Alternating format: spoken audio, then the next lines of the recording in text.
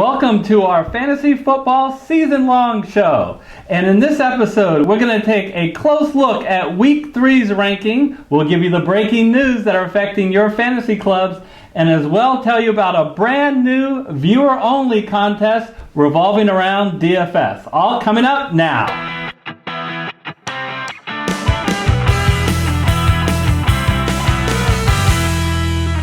Hello everyone, I'm Eric Lee. And I'm Gary Kurtzman, and we are the Fantasy Football Consultants. Eric, boy, Week 2 is in the books, and a lot of great football, a couple of real surprises we can tell you guys about. But first, why don't we get to the late-breaking news?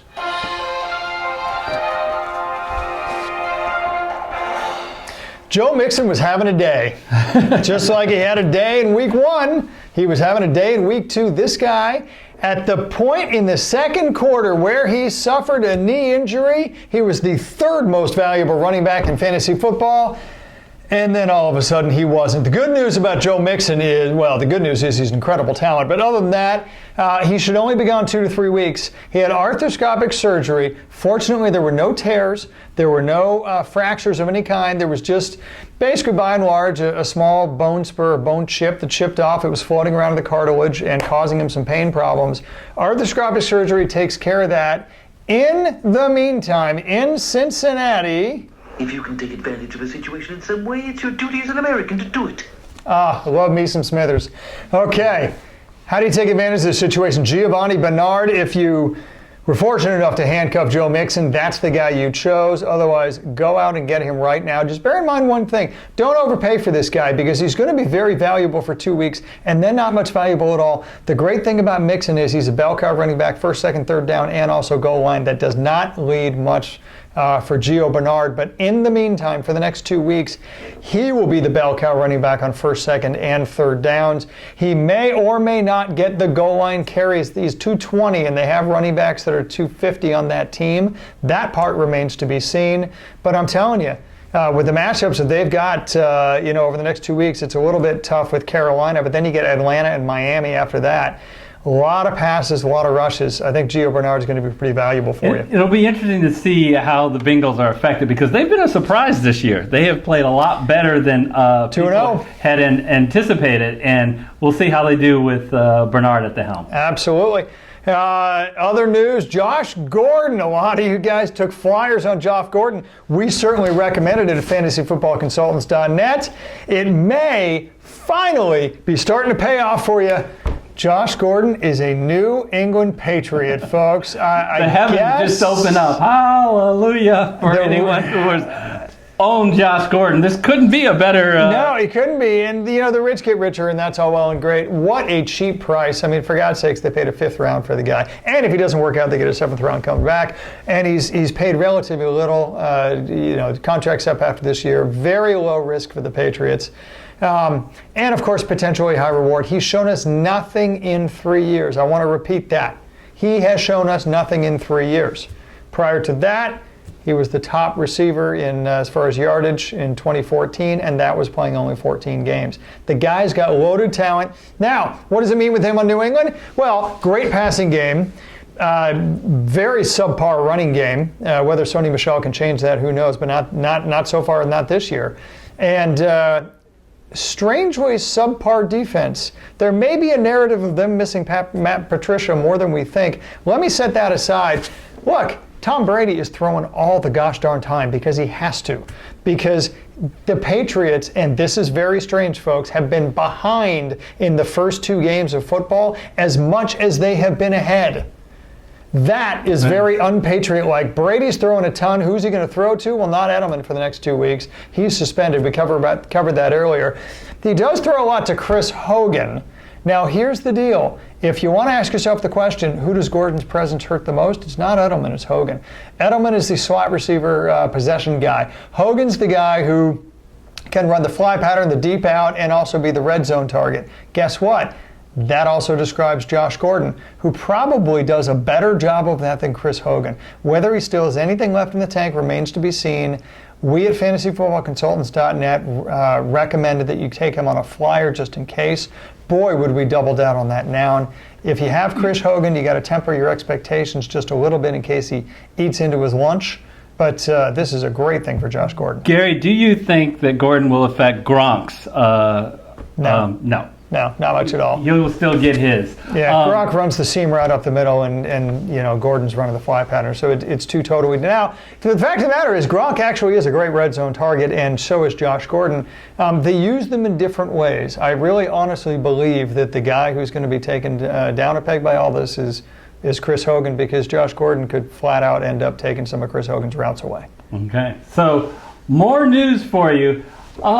LeSean McCoy. Now, Gary, we mentioned McCoy was a guy to avoid at the beginning of the season, but even I and you did not see it being this bad. So, first of all, the Buffalo team has been as bad as disaster. You can ever Total imagine. Disaster. They went into Baltimore in week 1, and that offense completely stalled. In fact, the only time that the team was in the red zone in Baltimore was when their team bus was illegally parked at the airport. He'll be here all day, folks.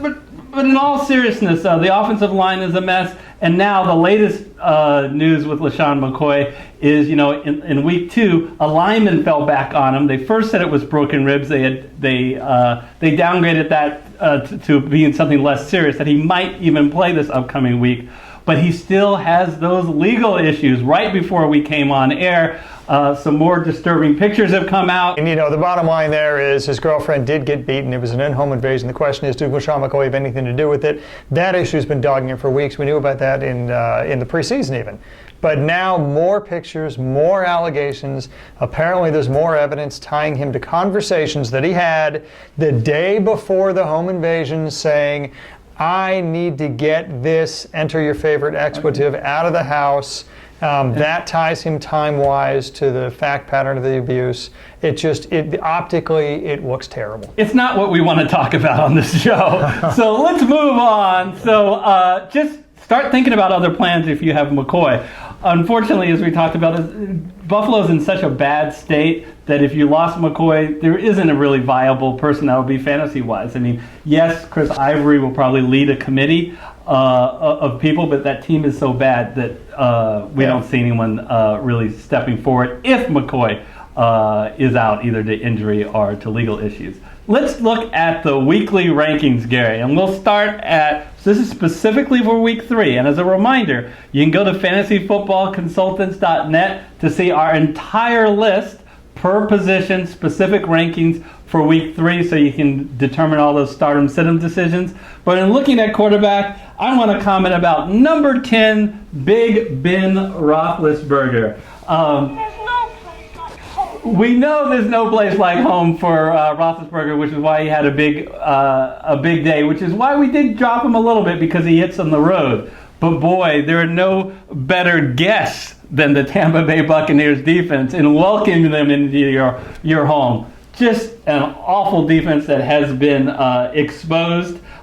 Breeze threw 439. Nick Foles, who's not your strongest quarterback. This is not the quarterback Nick Foles. This is a much worse Nick Foles. Threw 334 yards. So I like Roethlisberger at number 10.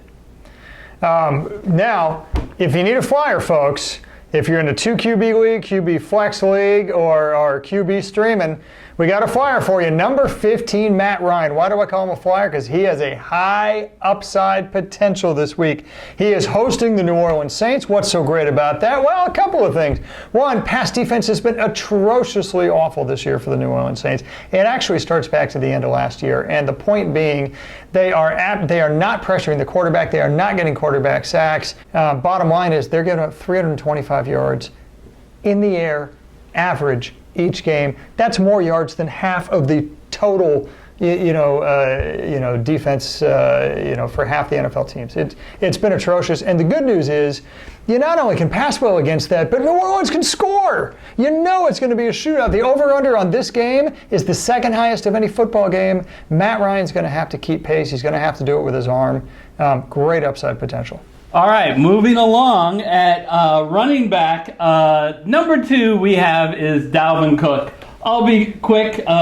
We probably have him higher than most people, But we're looking at game script here, folks. We expect Minnesota to get way up and run Dalvin Cook a lot. Our only concern is he's coming off an injury, and do they pull him out a little bit early? But we think he'll get his before that happens.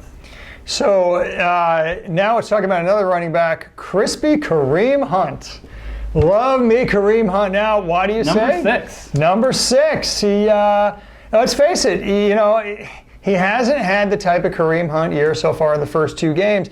Don't overreact to a small sample size. That's the message I want you to take away. Look, this is going to be his bounce back game, folks. Now, they're hosting the Niners.